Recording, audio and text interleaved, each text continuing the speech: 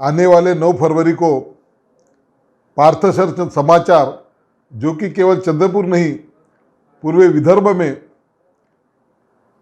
अपनी एक अलग पहचान पत्रकारिता के क्षेत्र में कर रहा है, उसको शुभकामना देता हूँ। गत साल मैंने ही इस पार्थशर समाचार के उद्घाटन किया था। एक साल में ये केवल चंद्रपुर में न रहते हुए नागपुर में भी इसका विस्तार हुआ है। नागपुर में इस समाचार का कार्यालय भी बना हुआ है, जो हमारे चंद्रपुर वासियों के लिए बड़ी गौरव की बात है। निश्चित रूप से इलेक्ट्रॉनिक मीडिया का ये युग है और उसमें पल पल होने वाली खबरें पार्थशर समाचार के माध्यम से जनता तक पहुंचती है। और मैं विशेष रूप से पार्थशर समाचार का अभिनंदन करूंगा कि उन्होंने निष्पक्ष होकर जो सच्चाई है वो सच्चाई हर विषय की चंद्रपुर की जनता और विदर्भ की जनता के सामने ला।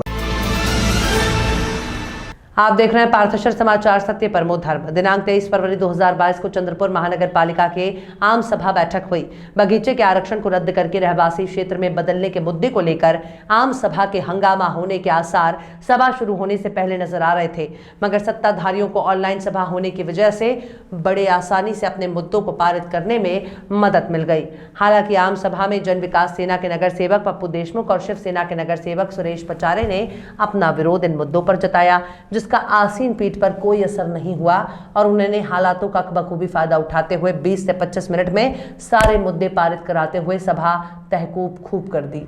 इस अवसर पर पार्थशर समाचार से बातचीत करते हुए जहां महापौर राखी कंचन लावार ने विपक्ष को बिना मतलब की राजनीति करने का आरोप लगाया, वहीं शिवसेना के नगर सेवक ने इसे सत्ताधारियों की दादागिरी बताते हुए अपना पक्ष रखा। आइए सुनते हैं महापौर ने क्या कहा और नगर सेवक सुरेश पचारे ने क्या कहा।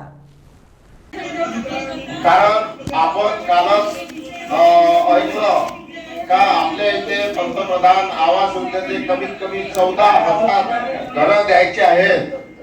पंतप्रधान योजनेचे 14,000 घरं जे मंजूर आहेत आराखड्यामध्ये, असे 14,000 घरं द्यायचे आहेत। तर ही जर जागा महानगरपालिकेनं विकत घेऊन जर आपण त्याच्यावर महानगरपालिकेच्या माध्यमातून जर बांधत असाल तर हे चांगला विषय आहे। कारण आपण जागा नाही म्हणतो, आपण आरक्षण काढत आहोत, 5चं आरक्षण काढून राहिलो आहोत, त्याच्यानंतर निवासाकरिता हे करत आहोत। मग काय म्हणत त्याच्यामध्ये बी आपण उपाययोजना केली पाहिजे ना मॅडम। नाही याच्यासोबत दोन्ही विषयाला विरोध आहे। याच्यासोबत एक विषय पुन्हा होता गौतमजी, हे विषय तीनों शायद कब के समय में मंजूर हुए थे। सुरेश भाऊ, आजच्या विषयाबद्दल सांगा ना, आपण जे आक्षेप दिला त्याबद्दल सांगा। विषय क्रमांक 66 महाराष्ट्र प्रादेशिक व नगर रचना अधिनियम 1966 ते कलम 37 अन्वय फेरबदल मोजा चांदा रयतवारी भूमापन क्रमांक 49/2 हेक्टर वरील आरक्षण क्रमांक 15 पार्क आरक्षित 110 हेक्टर क्षेत्र विकास आराखड्यातून वगळून निवासी प्रभागात समाविष्ट करण्याबाबत या विषयाचा आम्ही विरोध केलेला आहे। तसेच महाराष्ट्र प्रादेशिक नगर रचना अधिनियम 1960 चे कलम 37 अन्वय फेरबदल सर्वे नंबर 12/2 मोजा वडगाव येथील 0.75 हेक्टर आरची जमीन शेती विभागातून वगळून रहिवासी विभागात समाविष्ट करण्याबाबत या दोन्ही विषयाचा आम्ही विरोध केलेला आहे।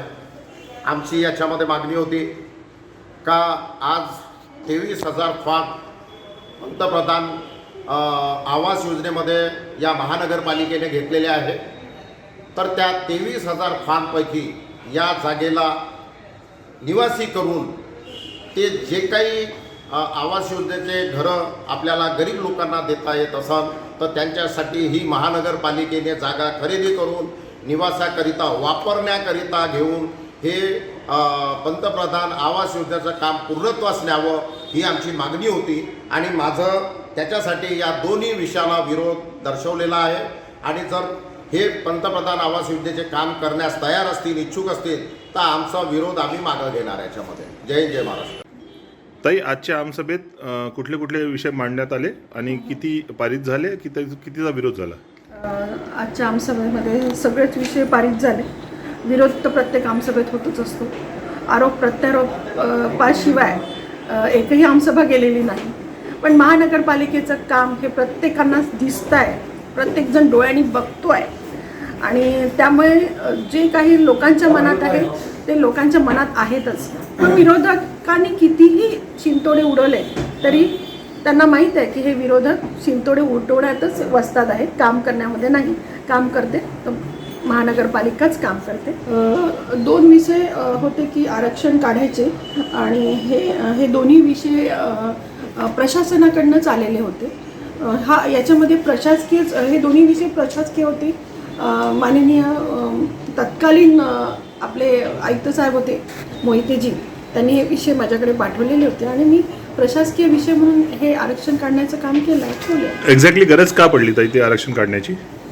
त्यांनी मला आयुक्त साहेबांनी सांगितलं की हे गरजेचं आहे आणि त्यांनीच माझ्याकडे तो विषय पाठवलेला आहे.